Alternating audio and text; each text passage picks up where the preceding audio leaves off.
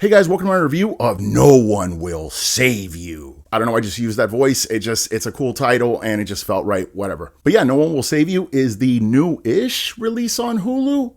And before you're like, oh, direct to streaming, well, how good could it be? Let me remind you, dude, Hulu, last year, freaking amazing film, Prey. What? How was that not released in theaters? To me, Prey is probably the best movie in the entire franchise. And honestly, my favorite movie of 2022. So yeah, directly on Hulu, I'll give it a chance. My friend Heather was like, bro, you got to watch this. And then I hear other people talking about it. Everybody's talking about this movie. I'm like, let me freaking check it out. And let me tell you, I'm going to keep this spoiler free. After seeing this movie, I have to do a spoiler review and an ending explained.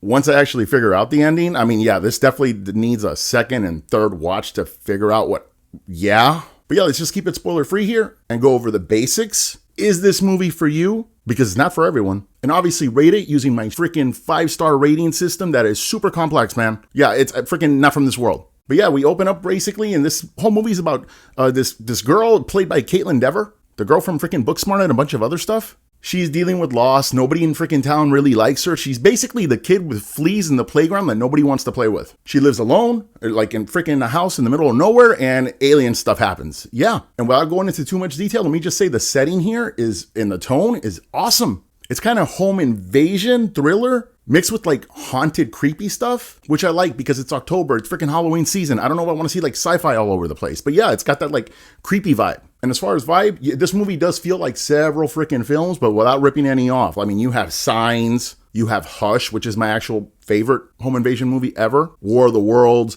and other movies I'm not going to get into because it can kind of give away some plot stuff. So yeah, I'm going to be quiet there. But what it doesn't do really is make it feel like it's a rip-off of anything else. It's its own unique thing. Unlike a movie, yeah, Nope, or how I like to call it, freaking Space Jaws. I'll put a link to my review on that one. But yeah, this movie doesn't rip anything really off. It's just kind of its own thing. But yeah, there's similar vibes. And let me tell you, I came in really cold with this movie. So there's some stuff that everyone probably knows that I didn't know when I started to watch this. My daughter and I, we're on the couch and we're watching. And like, she goes to me, hey, Dad, is anyone ever going to say a word in this? And I'm like, what, huh? And I'm like, wait a minute. And I look at my watch. Well, not my watch. I mean, whoever freaking does this anymore. But yeah, no, I looked at my phone and I was like, bro, it's been 25 minutes and I just realized no one has said a word in this yet. And that, my friend, is what I call impressive visual storytelling. Yes, which I appreciate because we live in a world where people can't go 10 minutes without freaking looking at TikTok. And because there's no dialogue in this movie, bro, you're forced to look at the screen the whole time. And yeah, the movie uses that to kind of pull you in, which is good. And at no point am I like, oh, bro, this is annoying. Somebody's got to say something. No, it didn't feel gimmicky at all. It was cool. And that brings me back to Caitlin Dever. I don't think people are saying enough about the job she did here. Not only does she make us care about a character the entire town doesn't like, but she also has to play the whole movie and carry it as pretty much the only person on screen, acting with a bunch of CGI aliens that aren't really there on set. And she has to do all this, not saying a freaking word. Bravo, dude. Seriously. Now, as far as negatives are concerned, there are no spoilers here because it is pretty quickly shown.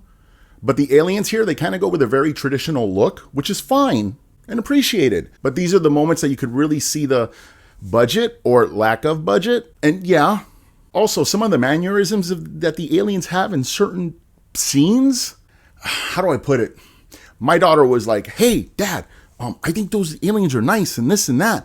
And I'm like, bro, this isn't E.T. Like, what are you saying? But I gave it a minute and I'm like, wait, she's kind of right. Like, I don't know if it was a creative decision and doing a second watch trying to figure out what this ending is. There might be something there that it was supposed to be like that. But if it wasn't supposed to be like that, yeah, dude, these guys are kind of freaking cute in some points and some scenes. And I'm just like, yeah, is that what they were going for?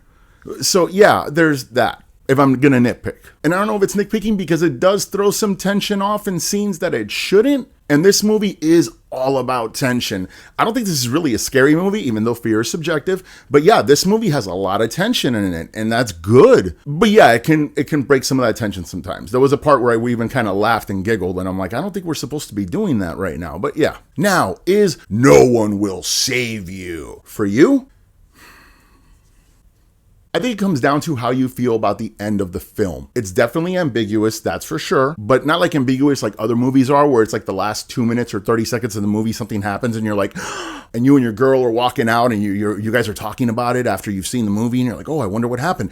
It's not like that. No, I'm talking, this is an hour and a half movie. The last 10 to 15 minutes of this movie is when it gets really weird and strange. There are going to be the people that, I'm not going to say walk out of the theater because you're watching at home, but get off the couch and they're going to be like, okay, the last 10 minutes of this movie, it totally derailed. And what the F were we just watching?